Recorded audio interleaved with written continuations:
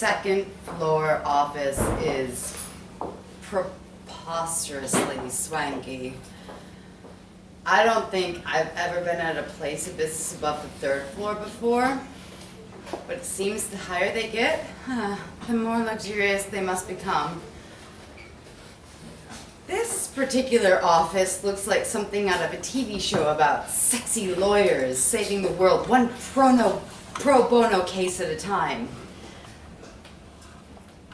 But this is not a law firm, and I am definitely not an impossibly well-dressed lawyer. I'm currently wearing a maroon polyester suit that I bought for a Hillary Clinton costume back in Halloween 2016. My shoes are equally unstylish and full of scrape marks, which I tried to cover up with a Sharpie, but it turned out to be purple highlighter. I shift in my seat, noticing dust from my soles have left a conspicuous stain on the white rug.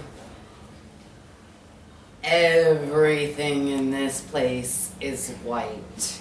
The floor, the sofas, the lamps, the porcelain teacups next to the vintage samovar. I wonder how they must manage to keep everything so clean and then conclude that people with dirt on their shoes probably don't come here often. One of 3 receptionists, all wearing scant white dresses, walks toward me with the swagger of a runway supermodel. I actually turn to verify that there isn't a wind machine right behind me. Madam G will see you in 10 minutes, she tells me, and then struts back the way that she came. Okay. I'm here for a job interview. What kind of job, you might ask? I wouldn't be able to tell you. My friend D referred me in a very opaque way.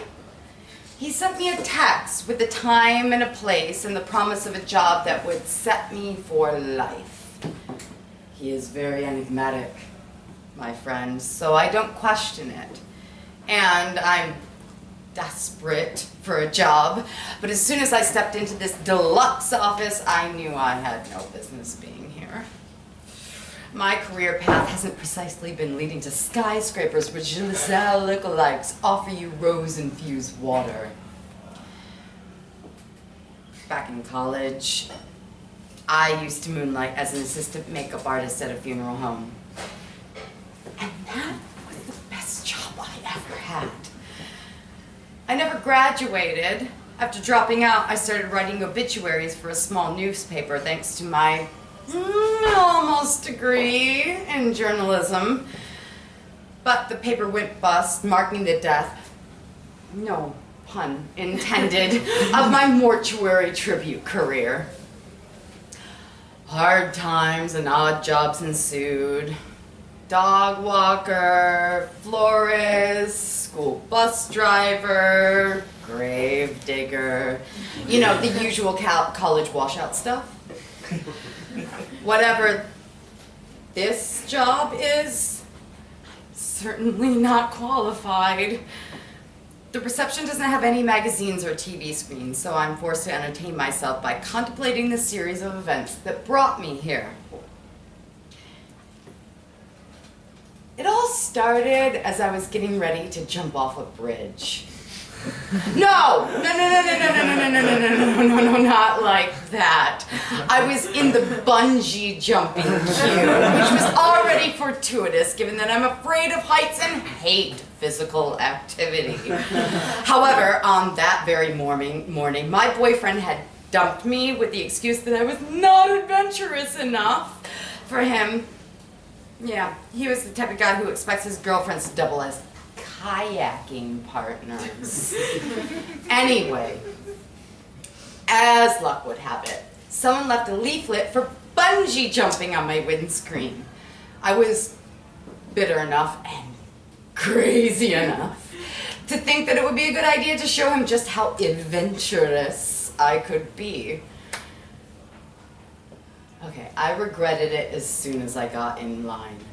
Noticing how nervous I was, the guy in front of me said that I should never regret living life to the fullest. This didn't help matters. I was just about to turn around and leave when somebody behind me said, "I think life is overrated." Death. That's where things get exciting. That's the great unknown. And that is when I met Dee. All the bungee jumpers in waiting glared at him in silence as if he had said something too bizarre to merit an answer. But I thought his statement made more sense than anything I'd ever heard.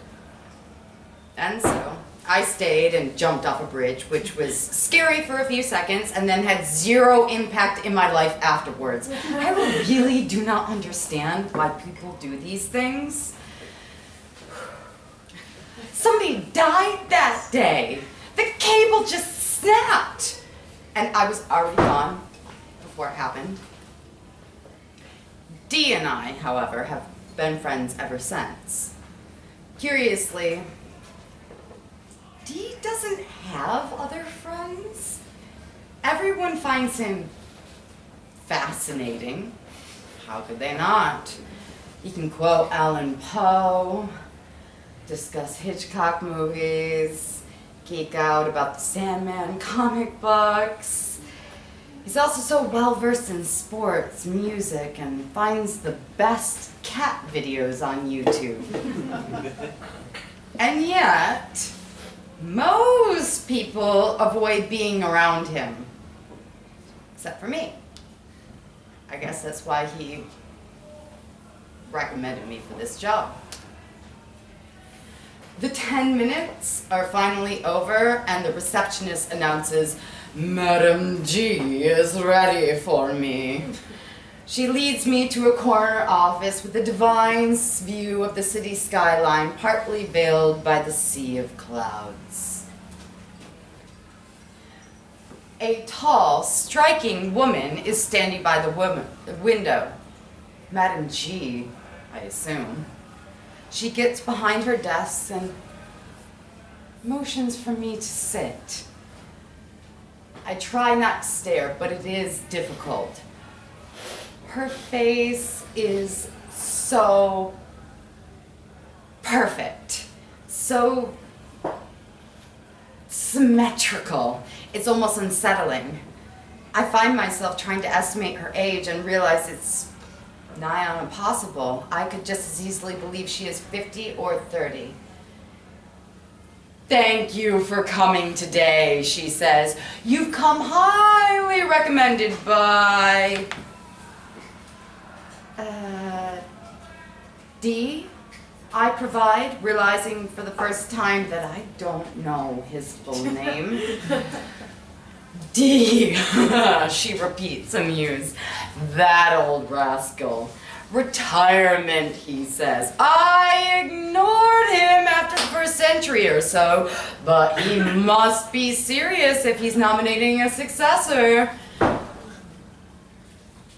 Dee has talked to me about wanting to change careers, so this is not exactly a surprise. But he never told me any details about his job. All I know is that he helps people relocate. Moving company, I assume, but I was never too sure about that. In truth, I always thought he might be involved in something illegal or illegal adjacent. He's always so cagey about his job. He travels a lot and he appears to have an unlimited income. I really don't want us to stop being friends, so if this turns out to be a drug dealer, I'd rather not know. Madam G produces a copy of my CV from somewhere in her desk. I notice she's highlighted my mortician job, obituary writing, gravedigger, and florist. My job history has a theme, I realize, and it's quite morbid. But, I mean, she doesn't seem put off by it. Instead, she nods and mumbles something about relevant experience. I really hope Dee isn't a hitman. I'm ready to come clean and tell her I have no idea what is going on, but before I can say anything, she hands me a card with a figure written on the back. Starting salary, she says, enough to set you for life. I'm sure that is what Dee promised. And I just stopped listening after that. This much money? It could change everything. I need to figure out a way to get this job. Can you start right away, Madam G asks. We need you to start right away. Dee has already submitted his resignation. I look up from the piece of paper. Wait, what? Do you mean I have the job? Yes. Just like that? Well, Dee thinks you are the successor, and who am I to disagree? I leave these types of decisions to the entities involved. I have a hands-off approach, you know, free will and all that. I am aware that this is too good to be true. There's always a catch. But, let's put it this way. If I were a cartoon, I would have dollar signs in my eyes right about now. So I nod and I don't ask any questions. You will have a probation period, however, she adds. We need to make sure you're a good fit for the team. Of course.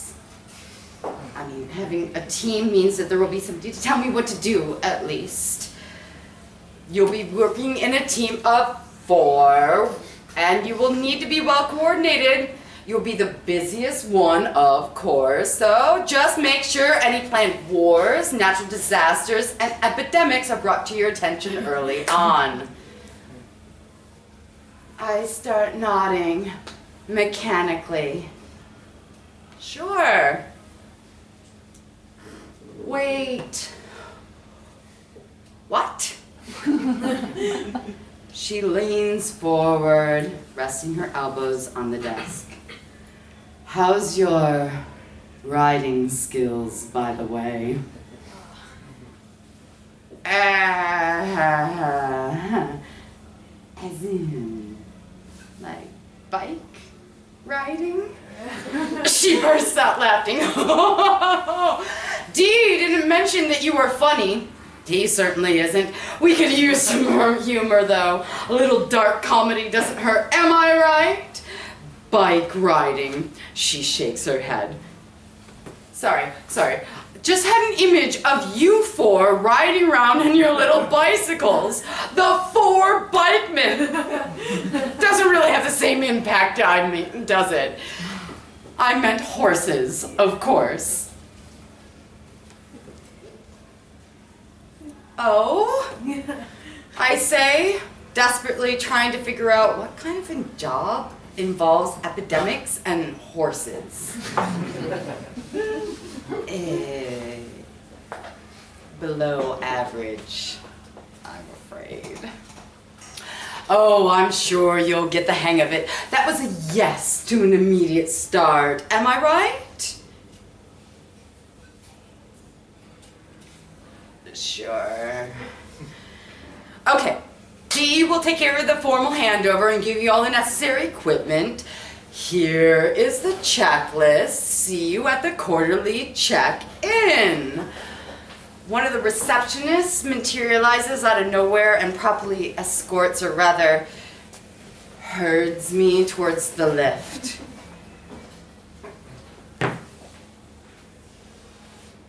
At ground level, I take a look at the checklist for all the things that I'm supposed to receive from D.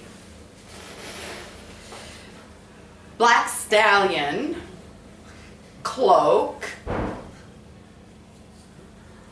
ankh, a sight in good condition. Oh, what the hell did I get into, I wonder? Second later, I get hit by a bus. I wake up and I'm wearing a shockingly comfortable black cloak. Nearby, the most resplendent black horse neighs while looking in my direction. Hey, someone says from behind. I turn around and I see D leaning against a wall. Okay, something is off about him. His clothes, they're all white. I stare at him, and then down at myself, and I remember the bus ramming into me. D, am I dead? Yes, he says with an I am sorry look. And also death. I know I should be panicking, but I mostly feel bittersweet relief. Like when your train finally gets canceled after being delayed for 2 hours. My journey, is over, even if I didn't reach what I thought was my destination. I have so many questions, I say. All will be covered in orientation, he says. But I suspect you will be a natural. And what about you? I asked. You're no longer...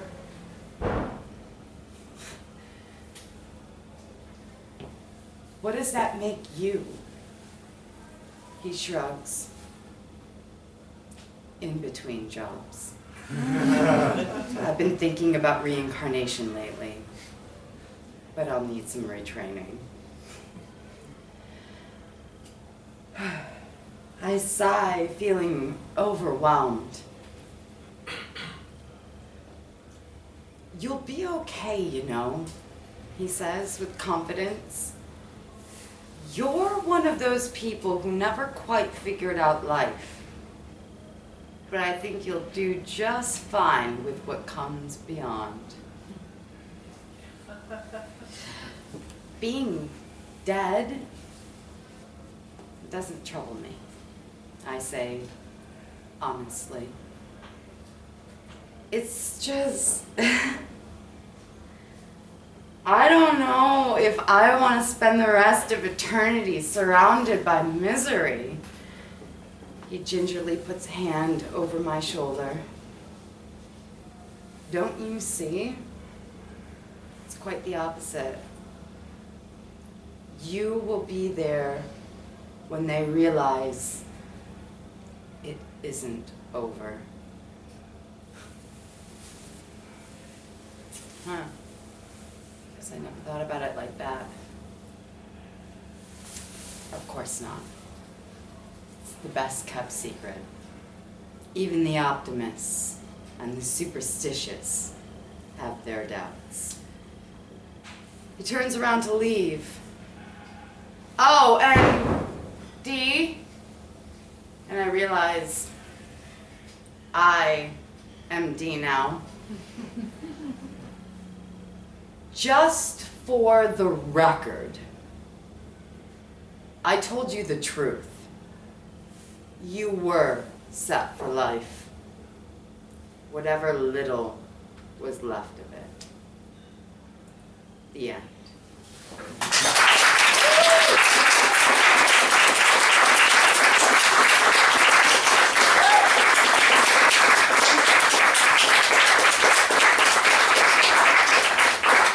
Thank you, Keleigh.